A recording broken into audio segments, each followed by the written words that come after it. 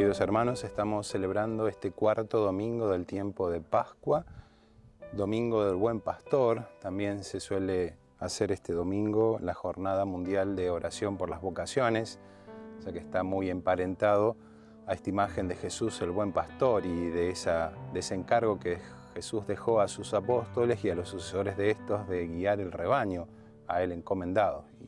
Y las vocaciones son precisamente ese germen donde surgen aquellos futuros pastores que tienen el encargo de seguir llevando a cabo la misión de Cristo aquí en la tierra. Vamos a leer el texto del Evangelio que la Iglesia nos propone para meditar en este día. Del Evangelio según San Juan.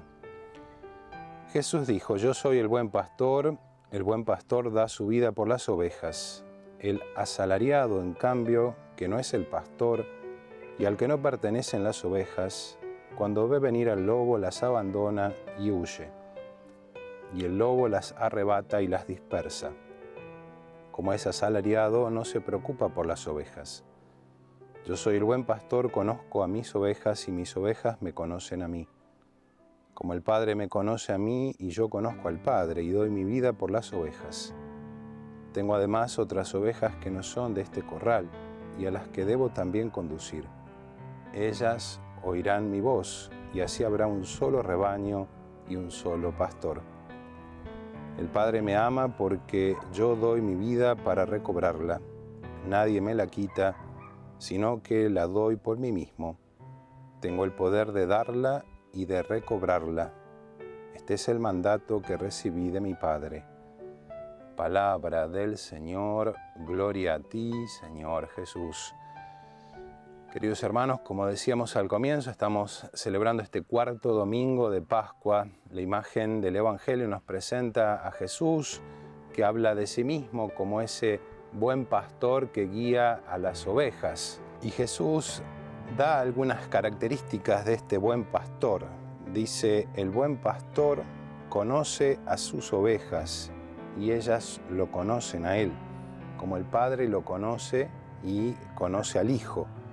Y no solamente esto, sino que es capaz de dar la vida por las ovejas. Y las compara con el asalariado que lo único que le interesa es el dinero y que no es capaz de preocuparse de las ovejas, sino que en realidad se preocupa de sus propios intereses. Esta comparación es muy fuerte porque pensemos que a lo largo de los siglos de la Iglesia, Dios ha querido perpetuar su obra a través de los ministros, de los sacerdotes, de los obispos, ministros que no son sino seres humanos, limitados, pecadores, con deficiencias, con miserias.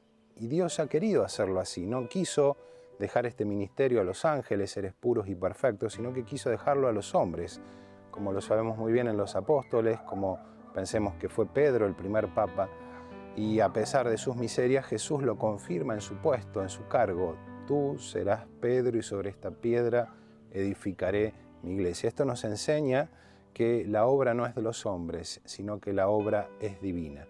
Pero a pesar de que la iglesia sigue estando a lo largo de los siglos y lo seguirá hasta el fin de los tiempos, eso no quita que pueda haber hombres pecadores y que se produzcan escándalos. Algo muy triste dentro de la iglesia son los escándalos que producimos los cristianos.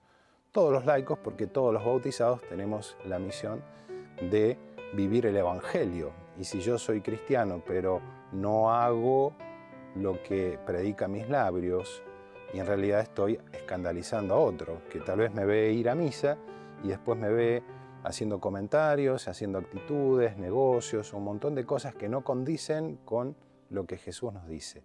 Mucho más grave es nuestra responsabilidad como ministro, como pastores, porque nosotros tenemos un encargo muy particular de hacer presente a Cristo aquí en la tierra.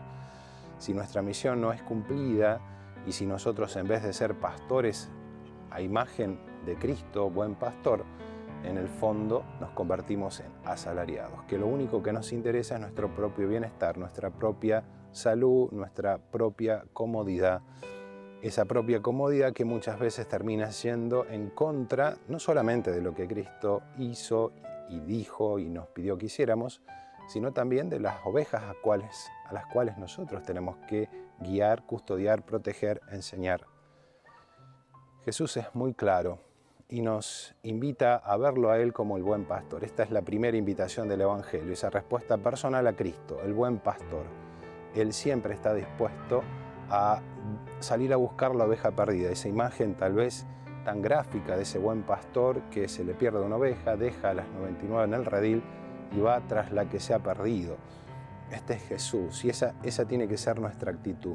Pero no solamente la de los sacerdotes, que tenemos que salir a buscar a aquellos fieles que tal vez no se acercan a la iglesia, sino la de todos los cristianos. A veces muchos cristianos tienen como muy establecido que el único que misiona, que el único que tiene que hacer apostolado es el cura. Son los religiosos, o las monjas, o las religiosas. Y en realidad todos los cristianos estamos llamados a encarnar en nuestra vida este modelo del buen pastor. No solamente en mi vida personal para con Él, porque somos de sus ovejas, sino también para hacer posible que Cristo siga llegando a muchas almas. Y con mi ejemplo yo siga iluminándolos, siga ayudando a que ellos también descubran al único buen pastor, para que a través de nuestro ejemplo también nosotros podamos ayudar a que muchos descubran a ese único buen pastor que es Cristo. Jesús añade que hay muchas ovejas que no son de este redil y a las cuales Él también tiene que conducir porque oirán su voz, dice, y habrá un solo rebaño y un solo pastor. Esto nos enseña que la iglesia no está estructurada simplemente en aquellos límites que a veces nosotros podemos llegar a conocer, sino que va mucho más allá. Y nos enseña también que hay mucha gente que vive alejada de Dios y que también son ovejas de Cristo. Tal vez no forman parte hoy de la iglesia, pero tal vez el día de mañana lo harán. Y esto también nos enseña a nosotros como cristianos a mirar con esos ojos de buen pastor a los demás. A veces decimos, ¿y este qué hace aquí en la iglesia? ¿Y este quién se cree que es?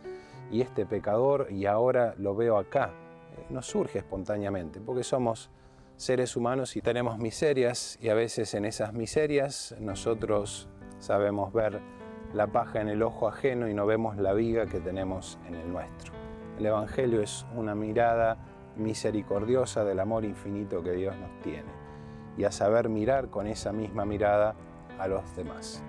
Por último, Jesús en el Evangelio nos dice que Él entrega su vida, que nadie se la quita, porque es lo que le ha pedido el Padre, que Él entregue su vida. Y eso es lo que hace para volverla a tomar. Esto nos enseña que Él es verdaderamente el Hijo de Dios, el Dios hecho hombre, que tiene poder para dar la vida, para recuperar, como lo hizo en los milagros que realizó a lo largo del Evangelio. Estamos realizando esta grabación aquí en la entrada del templo de nuestro Divino Señor de Renca.